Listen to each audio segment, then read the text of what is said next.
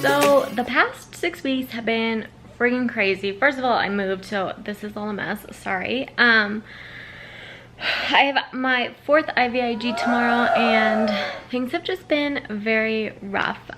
So for the past 6 weeks, I've been dealing with a huge, massive flare-up. I've been having extreme pain. Pain is never a symptom I really complain about. It's not a huge thing for me, but my pain levels, joint pain, muscle pain, back pain, neck pain, headaches, are what they were when I first got sick 6.5 years ago, which has been a little scary. And I've been, my fatigue has been off the charts, insane. Sleeping most of the day, but then having horrible insomnia at night and not sleeping well. So I saw my immunologist the other week, and he was a little concerned, and there were a couple kind of potential issues that could be causing all of this. There's got a few things. I was traveling, and the air quality's been bad from the fires and stuff, which always kind of flares me, but not to this degree.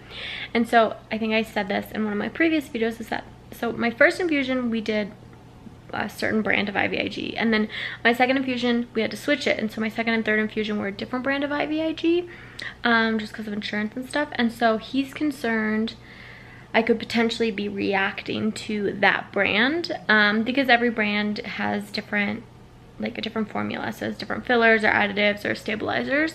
So I could be reacting to some of that. And so tomorrow's Ivig, hopefully we're switching to a different brand again, or maybe back to the first one if we can get it, to see if that's what I'm reacting to. The other options are that the Ivig could be causing an autoimmune flare-up because they deal with autoimmune disease, or even a Lyme or Epstein-Barr flare. And I posted this on my Instagram, but people had questions about why Ivig would cause a Lyme or Epstein-Barr viral flare. And the reason is because if you think about it, let's say we're taking Lyme, and Lyme has either one of two things or both. Hijacked your own immune system so that it doesn't respond to the Lyme itself, or it has learned to live together and has evaded your immune system. And then you're essentially putting in a new immune system into your body with Ivig. What would happen would be that this new immune system would actually start attacking the Lyme that has taken over your old immune system, so they start fighting, or it kind of comes out of hiding, or the Ivig finds that Lyme that's in hiding that your immune system has learned to ignore. And so I'm waiting still for a ton of blood work and to come back to try and figure out what's kind of going on, because we think my inflammation levels are through the roof and stuff like that. But since I've moved, things have calmed down. That's a little bit of stress off my shoulders, and I started taking Loracidin or Monolaurin because I think I am dealing with some Epstein-Barr flare-up, which my primary care also thought, just based on all my symptoms and my history. So I'm trying to kind of, I don't know, fight a viral flare-up a little bit, and just take care of myself the best I can through this kind of stressful time. But we'll see how Ivig goes tomorrow. We won't be increasing my dose until we can figure out if what's causing the flare-up, and if I react to a different brand better. But I will let you know tomorrow how all of that goes, how what brand we do, dose, everything, and keep you posted. I thought this would kind of be a good thing to talk about with Ivig, because I think it's something that's not really talked about too much, or people don't know why they feel bad when they start Ivig. My doctor was very much this happens, this can happen a lot with a lot of my Lyme patients and chronic illness patients, and we kind of just have to figure out exactly what's going on so we can treat it. You might have to be on some viral treatment or some Lyme treatment while we get your immune system reset, and organized, and figure out exactly what's going on and what brand and dose is going to work best for your body. So I'm trying to just hang on for dear life. He was very calm. I was starting to freak out, but he calmed me down and was this is a process. The first few months are gonna be rough of figuring out what works for your body. And so that was helpful. I'm kind of just trying to power through all of this initial phase of Ivig until we find something that's helpful and not freak out too much. So that's my little update, long update before we go to Ivig tomorrow. So I'm just making some food, packing all my stuff for the morning. My mom's in town helping me. She helped me move. She's taking me to Ivig. And then, yeah, I think I'll just talk to you tomorrow once when we get through that infusion and let you know how it went.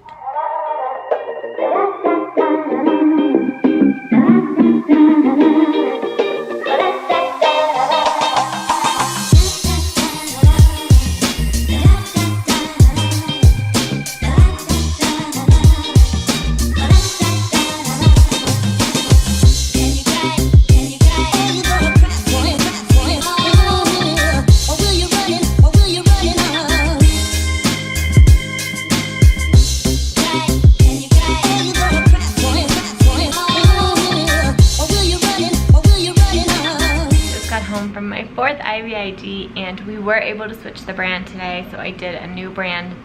My doctor, this is his favorite brand. He said this is the one that goes down the smoothest for most people. It's just kind of hard to get, and it was like on back order, and the manufacturer wasn't making it for a while. They just got it back in stock, so I had to do that today, and overall the infusion just felt better than the past 2, so I'm hoping this goes much better and kind of some of this flare and pain and stuff decreases now. So we'll see how the next few days go, but just wanted to provide a quick update. So I'm home now. The last kind of hour or 2 of the infusion, this happens every time, is when it starts to get harder. Like that's when I start to feel it more. I start to get kind of stomach ache and abdominal cramping and just fatigued and blah feeling, which makes sense. That's towards the end of the infusion once I've had the most of the medication and my body just gets tired.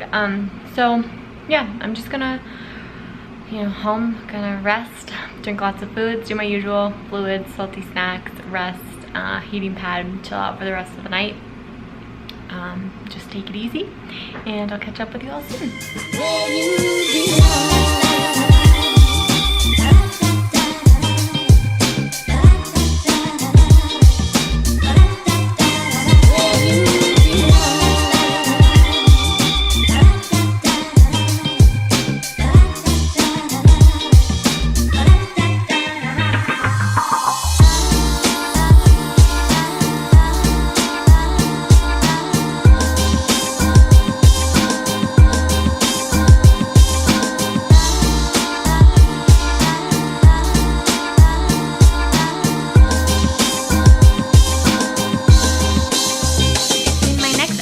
Vlog, I'm going to do a little Q&A answering any questions you have related to Ivig or this treatment or anything like that. So if you have any questions, leave them in the comments below and I'll make sure to answer them in that Q&A. So I just wanted to share my top 5 tips for, I talk with my hands all the time. Someone pointed that out to me recently and now I do it. You notice that I do it all the time. I'm gonna try not to, but part of my personality.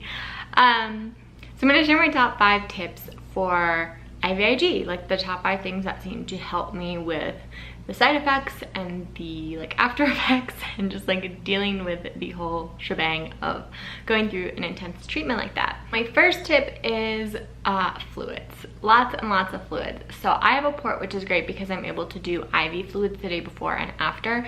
So if you're able to do that for any reason, I suggest doing a liter of fluids the day before and the day after Ivig. I have some friends who will do them an infusion of fluids right before their Ivig infusion or at the end of the day afterwards, or all of those options. But fluids, as much fluids as you can get, both orally and via IV. So I drink a ton of electrolyte water also the day before, of, and the day after. I'm just drinking massive amounts of electrolyte water and massive amounts of water in general. And also coconut water. Coconut water is one of my favorite ways to get electrolytes in as well. So I mix coconut water with salt. I get mango coconut water. I talked about this in my first video and I have the recipe in there about exactly how I mix everything, and also on my Instagram, so that will all be linked in whatever. But yeah, just so many fluids that you are peeing every 30 minutes. You really want to get the fluids in. It helps so much with the side effects and headaches and just feeling like crap. So fluids, fluids, fluids. That's my first tip.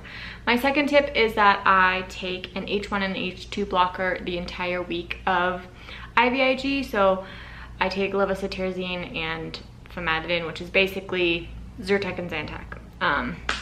That's what you want to take. So I take them every day for that week of Ivig, and then I take a double dose on the day of Ivig. So I take both of the H1 and H2 in the morning, and then I take them at night.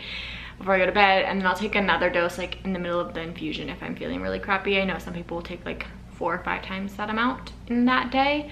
I kind of just talk to your doctor about that, but it kind of just depends like how you feel and handle it. It's really good for mast cell, but it's really good for everybody in general because it helps with the reactions that can come from like this immune system infusion. So definitely suggest H1, H2 blockers and taking that. My third tip is food. Nourish yourself. You need to really eat because you're going through a heavy duty treatment and you need to support your body so that it has the energy to heal and go through this whole treatment. So after my infusions, always have a huge dinner that's high in protein. This seems to help me personally. I mean, you have to figure out what works for your body, but for me personally, having a big dinner with a lot of protein is the most helpful thing. This week I had a shepherd's pie, which you saw in this video, which had a bunch of veggies and then like a bunch of ground beef, and I had mashed rutabaga on top. I think that's what I had on top, and celery root. So that was really good. And then salty snacks are the most helpful for me as well. Salty carbs, especially personally, but salt, getting enough salt in, because the salt helps with the absorption of everything. So like salted nuts or like salty chips, I like live off those the night after IVIG and the next day. It seems to really help. It seems to help with headaches too. It helps balance my blood pressure, and then it helps just like with absorption. And then what I try also to do on the day of the infusion is to minimize my processed sugar intake. So I still eat fruit and I have dessert every night, so I might have like a little bit of honey in that dessert or a little bit of maple syrup, but I try and minimize, like I don't go for ice cream that day. The sugar itself, like I'm really sensitive to processed sugar, so I tend to get headaches really easily from it. And since I already usually have like a mild headache from the IVIG, I don't want to exacerbate that. So for me personally, it works really well to try and minimize my sugar intake and just get more protein in the day of the infusion. That's what I found helps for me. Then my fourth tip is rest. Like just don't push your body through this challenging treatment. So I try and rest the day before so that I have enough energy to get through the infusion. Then during the infusion, I'm usually just so exhausted. Infusions wear me out, so I sleep through most of it, or try and sleep through most of it, or just lay there. For me, staying horizontal as much as possible is the best thing for me, because as soon as I like sit up and start doing something, even like watching TV or something, I start to get a headache. I start to just feel really crappy. So resting and laying down as much as possible, and then when I get home, I usually take a nap. Like I've been sleeping all day through the infusion. I come home at like 5 and take a nap and then eat dinner and then go back in bed. And then the next day, the same thing. I don't try and plan to do anything big the next day. I try and keep it so that I am laying down most of the day. Like I said, when I start to get up is when I start to get a headache. And then for me, I'm just gonna throw this into this one, but IVIG, I notice this for other people, tends to flare up my digestive issues. So I'll start to get abdominal cramping and stomach pain and bloating. So I basically like live with my heating pad for the few days around my infusion. I just like spend a lot of time in bed laying down with my heating pad. And I've been getting some lower back pain, which I've talked to a lot of people, and it sounds pretty common. It can either be kidney pain, so making sure you're drinking enough water, but for me, anytime I flare from anything, I always get like this low back hip pain, and so I will have an ice pack on my lower back and then a heating pad on my stomach. But that seems to just be what helps me, so you might want to play around with that. Maybe a heating pad on your lower back would be better. And then my last tip is detox. At this point, y'all should know how much I love detoxing, and it just makes me feel better in general, but making sure I get a coffee enema in the morning after my IVIG treatment is crucial for me, because it helps with detoxing in general, as well as helping with the headache that can like start to set in from the IVIG, and vasodilates everything, so I get good blood flow, and like help cleanse my liver after this intense treatment. So I personally suggest detoxing. I like to take a bath the next day too, just like kind of to relax my body. I'm usually sore. I might have some joint pain, so getting a really heavy duty Epsom salt bath in just to soak in the Epsom salts and like calm all my muscles and joints tends to be really helpful. So those would be like my top 5 tips. I get this question, I do get asked this a lot, like I'm starting an IVIG, or like what's helped you or whatever. And remember, I'm only four infusions in, so I'm still learning, but so far that's what I figured out to be the most helpful, and things that work for me. But it's kind of different for everyone, so you just kind of have to maybe try these things or try something else and see what works for you.